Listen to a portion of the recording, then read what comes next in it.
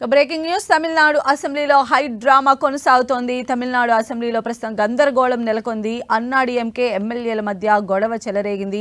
Rebel ఎమ్మెల్యేల తరపున మాట్లాడేందుకు వేలుమణి ప్రయత్నం చేశారు. వేలుమణి ప్రసంగాన్ని పళనిస్వామి వర్గం అడ్డుకోవడం జరిగింది. ప్రజెంట్ తమిళనాడు అసెంబ్లీ సమావేశాలని లైవ్ లో చూద్దాం.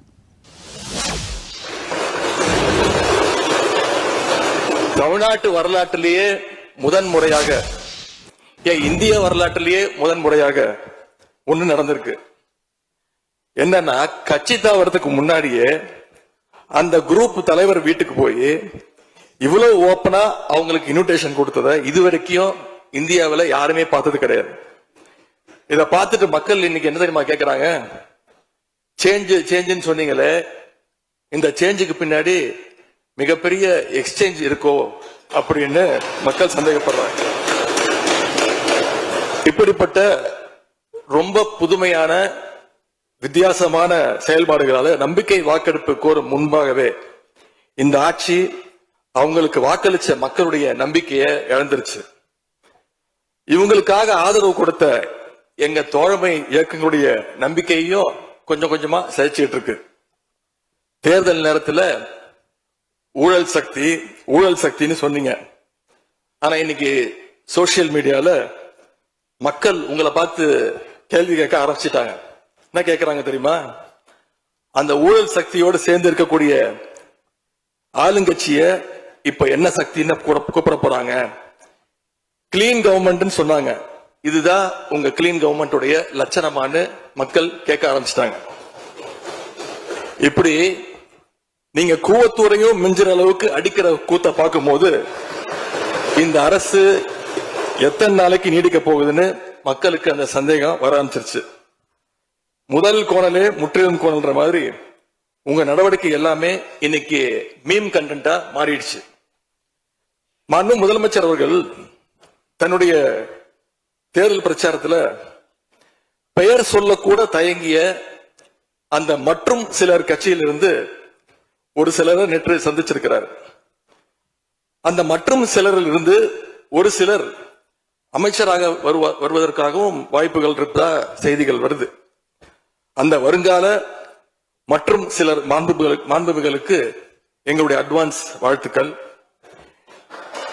இப்படி எங்க கூட்டணி கட்சியில் இருந்த கட்சிகள் மற்றும் சிலர் கட்சிகளிடமிருந்து கடன் பெற்ற சட்டமன்ற உறுப்பினர்கள் தான் இன்னைக்கு இந்த அரசு நடந்துகிட்டு இருக்கு. இப்படி எம்எல்ஏக்களை எல்லாம் கடன் பெற்று ஆட்சி நடத்துகின்ற முதலமைச்சர் தான் அளித்துள்ள போலி வாக்குறுதிகளை நிறைவேற்ற முடியாதுன்னு தெரிஞ்ச உடனே முந்தைய அரசு, அதாவது எங்களுடைய அரசு, வளர்ச்சிக்காக பெற்ற கடன் குறித்து தவறான கருத்துக்களை தந்து மக்களை இன்னைக்கு திசை திருப்ப முயற்சி செஞ்சு கொண்டிருக்கிறார். பெரும்பான்மையும் இல்லாத, அரசியல்ல அடிப்படை நேர்மையும் அல்லாத இந்த அரசு நல்லாட்சி தரும், தமிழ்நாட்டு மக்களுடைய உரிமைகளுக்காக போராடும்னு மக்களுக்கு துளியும் நம்பிக்கை இல்லை. முக்கியமான ஒரு விஷயத்தை இங்க நான் பதிய வைக்க விரும்புகிறேன். உங்களுக்கு ஓட்டு போட்ட மக்களே நடக்கிறதெல்லாம் பார்த்துட்டு ஒரு பெரிய தப்ப பண்ணிட்டோமோன்னு இன்னைக்கு வருத்தப்பட ஆரம்பிச்சுட்டாங்க. மக்களுடைய அந்த உணர்வை வெளிப்படுத்தும் விதமா இந்த ஓட்டெடுப்புல கலந்துக்காம திராவிட முன்னேற்ற கழக உடன்பிறப்புகள் நாங்க உறுப்பினர்கள் நாங்க வெளிநடப்பு செய்ய போறோம். நாங்க வெளிநடப்பு செஞ்சாலும் அதனால பேரவையுடைய எண்ணிக்கை அளவு குறைஞ்சு நீங்க நிச்சயம் இந்த வாக்கெடுப்புல வெற்றி பெறதான் போறீங்க. அப்படி வெற்றி பெற்ற பிறகாவது மக்களுடைய நம்பிக்கையை காப்பாற்றுற மாதிரி உங்களுடைய பணிகள் இருக்கணும், உழைங்க. எங்க தலைவர் திரு முத்துவேல் கருணாநிதி ஸ்டாலின் அவர்கள் கடந்த 5 வருஷமா ஒவ்வொரு குடும்பத்துக்கும் பார்த்து திட்டங்களை நிறைவேற்றி கொடுத்தார். அந்த திட்டங்களை எல்லாம் நீங்க தொடரணும். தயவு செஞ்சு அதுல அரசியல் செய்ய வேணாம். ஏன்னா இந்த மாசம் 15ஆம் தேதி கலைஞர் மகளிர் உரிமை தொகை 1,31,00,000 தாய்மார்கள் காத்துக்கிட்டு இருக்கிறாங்க. இந்த 1000 ரூபாய் வருமா அப்படின்னு காத்துக்கிட்டு இருக்கிறாங்க. அதே மாதிரி புதுமை பெண் திட்டம், தமிழ் பொதுவுடன் திட்டங்கள்ல காலேஜ் போற ஸ்டூடெண்ட்ஸ் அவங்களுக்கு வர மாசம் வர கல்வி ஊக்கத்தொகை 7ஆம் தேதி கொடுத்திருக்கணும். இது வரைக்கும் வரல, அவங்களும் காத்துக்கிட்டு இருக்கிறாங்க. இப்ப ஸ்கூல் இல்லைனாலும் ஜூன் 2ஆம் தேதி ஸ்கூல்ல ரீஓபன் பண்ண போறாங்க. அப்ப காலை உணவு திட்டத்துக்காக பள்ளி மாணவர்கள்லாம் காத்துக்கிட்டு இருக்கிறாங்க. இப்படி பல்வேறு திட்டங்கள் இருக்கு. நான் முதல்வன் திட்டம், தாய் மாணவர், அன்பு கரங்கள்னு பல்வேறு திட்டங்களுடைய பயனாளிகள்லாம் ஆவலோடு காத்துக்கிட்டு இருக்காங்க. இந்த அரசு என்ன செய்ய போகுதுன்னு காத்துக்கிட்டு இருக்காங்க.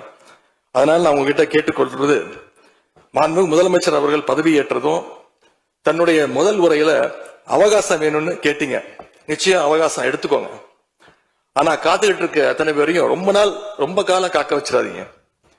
அது மட்டும் இல்ல, தேர்தலுக்கு முன்னாடி பல கவர்ச்சியான வாக்குறுதிகளையும் நீங்க கொடுத்திருக்கிறீங்க. மக்கள் அதுவும் ஞாபகம் வச்சிருக்கிறாங்க. மகளிருக்கு மாசம் 2500 ரூபாய், ஆண்டுக்கு 6 சிலிண்டர், தங்க செயின், மோதிரம், பட்டுப்புடவை, வேலையில்லா இளைஞர்களுக்கு உதவித்தொகைன்னு அந்த லிஸ்டும் நீண்டுட்டே இருக்கு. பெரிய லிஸ்ட் தான். அதுல ஒரு சில வாக்குறுதிகளாவது முதல் கையெழுத்துல நீங்க நிறைவேற்றுவீங்கன்னு மக்கள் எதிர்பார்த்தாங்க. நீங்க வாக்குறுதிகளை சொல்லும் போது நடைமுறைக்கு சாத்தியமானதை மட்டும்தான் சொல்றேன்னு எல்லா கூட்டத்திலையும் திரும்ப திரும்ப சொல்லியிருக்கிறீங்க.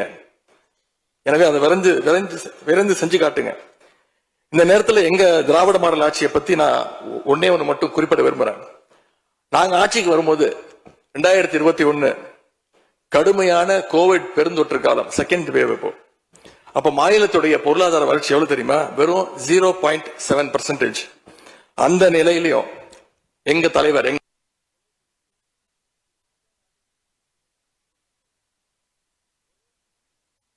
தேர்தல் அறிக்கையில சொன்ன மாதிரி பெட்ரோல் விலைய லிட்டருக்கு 3 ரூபாய் குறைப்பதற்கான உத்தரவையும் எங்க முதலமைச்சர் போட்டாரு.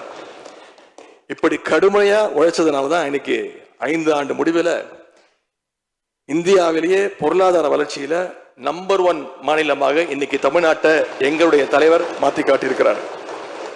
நாங்க நம்பர் 1 மாநிலமா மாத்திட்டு தான் ஆட்சியை விட்டு போயிருக்கோம்.